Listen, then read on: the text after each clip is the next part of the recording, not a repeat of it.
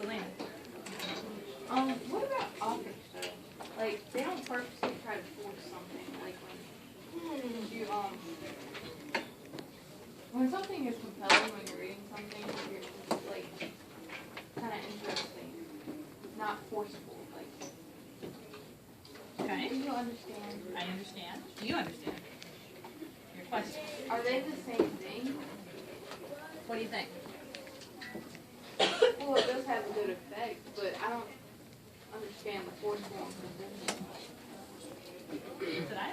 I think that, like, authors, especially when they're doing like book covers, and they put Tell her. when they're doing book covers and they put like reviews on there, and it's like irresistible and stuff like that to like try to get the reader drawn in. Especially, most of the time you don't see like little name reviews. It's like the New York Times or a really important author. That's the way they can be compelling about their advertising.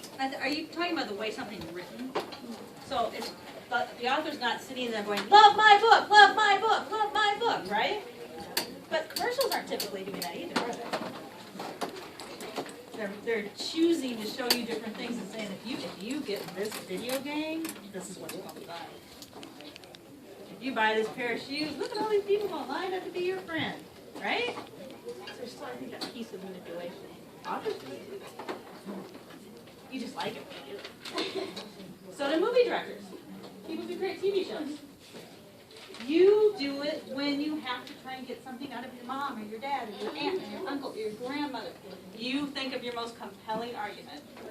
You can try and just be forceful. If you don't let me go to this party, I'm going to run away from home.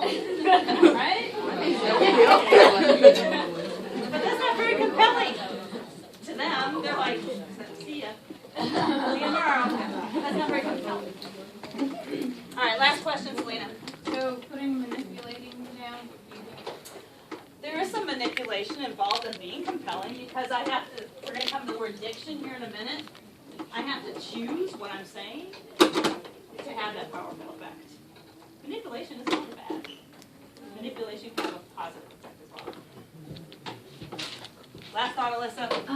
So couldn't it be like a movie trailer too? I feel like movie trailers do that when they pick out the most like interesting parts from a movie. Yes.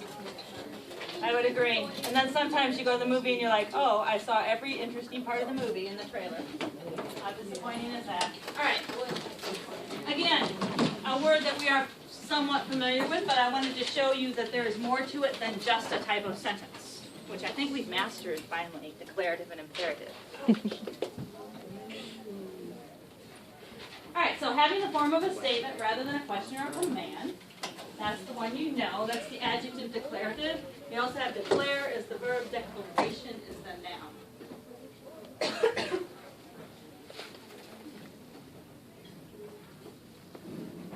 The second definition there, to say something in a strong and confident way. Just to make a statement. We often use this when we think of declarations, like the Declaration of Independence, a declaration of war. It's a strong statement. Used to be that when a young man wanted to see a young woman, he would have to go to that young woman's father, and he would have to declare his intentions. So he might have to go to the father and say, I want to court her, or I want to like permission to call on your daughter. He has to declare his intentions towards the girl. And if he didn't, you might hear the father say, "What are your intentions toward my daughter?" So the father would ask for that declaration. A declaration of love. That's what a wedding is considered to be. Oh, yeah. Selena. So it's kind of like the word declare, like declare something. So it makes me think of like. So you think it makes you think of a yes? No, I said it was up there. So, and it's the way you say something. You're saying it like it's a statement of fact that is important. Like, I don't even know what this is. Chapstick, EO. I have EOS in my hand. I just declared that. So you say it in a confident way. Say it in a strong and confident way. Yes. So next time when you go to lunch, you can look at your pizza and you say, "I will eat this pizza."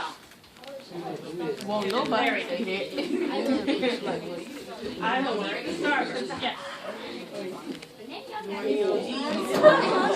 Okay. Right now, turn to the person next to you.